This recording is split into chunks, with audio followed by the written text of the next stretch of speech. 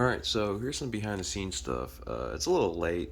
I've gotten already like a minute of footage already without doing any behind the scenes stuff because I kind of forgot. But yeah, so this is Toyverse episode 2. It's gonna be a shorter episode. Most of the stuff I've been pumping out recently has been like over 10 minutes about. This one I'm shooting for maybe 6. Maybe after the intro and outro, maybe we'll be 8 minutes at most. But yeah, so far all we got is Miles here beating the crap out of Venom using this stand again. If you don't know about it, it's already been posted on my things that I use for Patreon. It's just a microscope holder with a welding helping hand. It's for, or not welding, soldering helping hand. And I just kind of just screwed it into the base of the microscope holder, and it basically becomes like a winder where I could do this and adjust the height while also having a very flexible arm. And right there, that's just some double-sided tape. It's like in a big roll that looks like this. So yeah, I just snip off like a square of it and I just throw it onto the end there. That's a custom piece that I've made. It's just a piece of cardboard on there. It's basically just a piece of cardboard, but yeah. So I've gotten so far. Here's a little scene of Venom getting hit by Miles with this little hammer. We got sticky tag on their feet. You can't really see it on Miles' feet, but there's sticky tag there. And yeah, we got Peter knocked down in the back. He'll be jumping back in the fight very soon. But yeah, just a little behind the scenes so far. Okay, so here's some more behind the scenes here. I just got this pretty difficult shot. I wanted to do it as a one taker, but I couldn't, so it's cut into like 2 separate parts. So here's Spider-Man coming in, the kick, and then skip that really quick. I'll explain that in a moment, but then it cuts to here, where he's coming in, swinging around and smacking him in the face and cutting again, and then he's landing on his feet and blah blah blah, whatever. So now what I wanted to talk about is something that I could do with this app, specifically Stop Motion Studio, and it's copying and pasting certain frames so that I could get these kind of things like this. See there's the rig in there, right there, holding up Spider-Man. It's just holding him up, but you can also see that the camera's moving, so I can't take one single frame in the background just so I could like cut out these rigs here. So I need to take multiples, and some people have a problem with doing this because they don't know how to kind of do this. So I'm going to show you right now how I kind of did that. So I first started off with this frame, right? And then right after taking this specific frame, I removed Spider-Man off camera, and then I took a frame, which is this one right here, a blank frame without him in there. And then some people are wondering, whoa, why is that all over here, and why are all the blanks? These are all blanks for like the entire movement. See that the camera's moving and everything, because it's for this all these movements right here. So what I did was I went into here, right? So I took this frame first, and then I took the blank. And what I did was the blank that I took, I just cut it out like this, right? So here, let me show you how it originally looked like. So I guess this is what it was originally like, right? So this is it. Okay, well this isn't the correct blank. Hold up. I want to actually show you guys how I did this. Grab the actual blank at the very beginning. There you go. Not the blanks. Where is the freaking blank? Oh, I skipped it. Alright, it's pretty hard to navigate on a computer. Alright, here's the blank. Here is it. This is a specific blank. Okay, so get out the blank. And then we go to... There we go. Okay, I skipped it. Oh my god. Alright, stop. Okay. Alright, now let me show you guys. So this is what I did, right? So, I took the photo, and then removed Spider-Man from the scene, and then I took the blank. See that? See?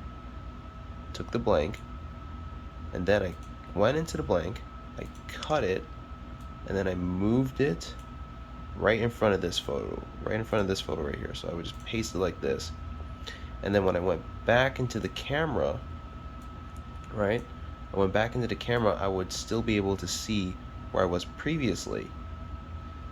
And then I could do this again, where I move it slowly with onion skinning. And then from there, I would take the second frame and then repeat the process. Move Spider-Man out of the frame, and then take a blank, and then move the blank all the way at the end here, so that I can continue seeing how the movement would look like this. And that's just a little trade secret for you guys who have Stop Motion Studio as their little stop motion program. You could just do that, and it will allow you to get these kind of scenes like this with the camera moving and with rigging at the same time by just doing that. So yeah, just wanted to tell you guys about that in the behind the scenes. But yeah, this was an extremely difficult scene to get. It took a lot longer than I thought. I think I started at 9 and it's like 12 right now. So yeah, it took me quite a long time, but yeah, nailed it, and I'm pretty happy with how it turned out. Okay, so I guess there is more behind the scenes stuff. So I wanted to go through some really quick things here on editing. So I'm currently, of course, editing the video and whatnot, but I wanted to go through like sound effects, right? And whatnot. So the main program I use for sound effects is After Effects, because I could do a lot more with the sound effects in here compared to like DaVinci. So that's why I prefer using After Effects for all my sound effects, and also some VFX and stuff. I could cover that at some later point, but for right now we're just going to talk about sound effects. So one thing that I've noticed a lot of beginners do is that they don't line up their sound effects correctly. It's probably because they don't have things like After Effects and stuff, but you could do the same thing in DaVinci, and DaVinci is free. So it's kind of the same thing that I want to talk about today, and that's how to properly line up your sound effects with certain actions, right? So let's get this scream, for example, right here. So you can move frame by frame in After Effects by using these right here. The PG up and PG down, these ones right here. You can go up and down between the frames here. In DaVinci, if you're using DaVinci, it would just be the arrow keys left and right. But for here, it would be up and down, PG up and down, all that stuff. So now the proper way to line up your sound effects, if you're here in After Effects, would be to open up the waveform of certain sound effects. If you didn't know, certain sound effects here have like waveforms, so it's like you would just like double click L and it would open it up just like that. So you would see this right here. This shows you the beginning and the ending of your sound effect, right? So like let's say Venom starting for his scream or whatever, right? So right as he starts opening his mouth, you just line up the beginning of the scream, and as it goes, it just lines up perfectly with how he's screaming. And you can do that in DaVinci. DaVinci, the waveform automatically shows up for whatever sound effect that you plug into DaVinci, so it makes that easier and stuff like that, so you don't have to keep constantly clicking L. But if you're in After Effects, you got to do it like that. And if you do that, you could properly line up your sound effects, and it just looks a lot better when you do that, okay? So yeah, so for any of you guys who didn't know that already, you're welcome. That's just a little tip for y'all.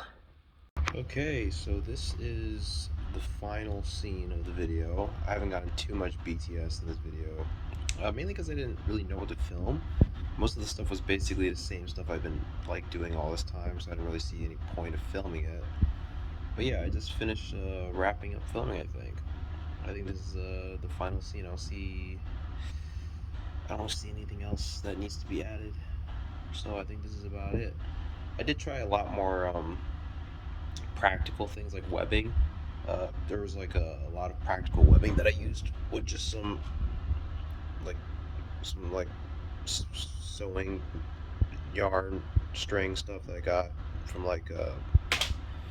Joann's Fabric, I think. I also did a lot of practical effects with Miles's Lightning. I used a lot of the Mafex Thor's electric effects, and I just flashed with a flashlight. So it's like these two flashes. I have this small one for like very up close. Like if it was just like one his hands were like powering up, I just flash it like this. But for like the stronger attacks, like let's say he was using two hands or something, or his whole body's lighting up, I use like the big flashlight right here. I just light it up. So yeah, I really do prefer doing practical effects, mainly because I'm not a super expert when it comes to VFX. I'm not too good at that stuff. I am learning though. I am trying to get better at that stuff. But yeah, just because of that, I do a lot more practical stuff. I'm hoping to get some web effects that are way cooler than just drawn on web effects in the future. But yeah, but for now, I think I'm doing pretty good, and yeah, that's all I have to say. That's it for the BTS.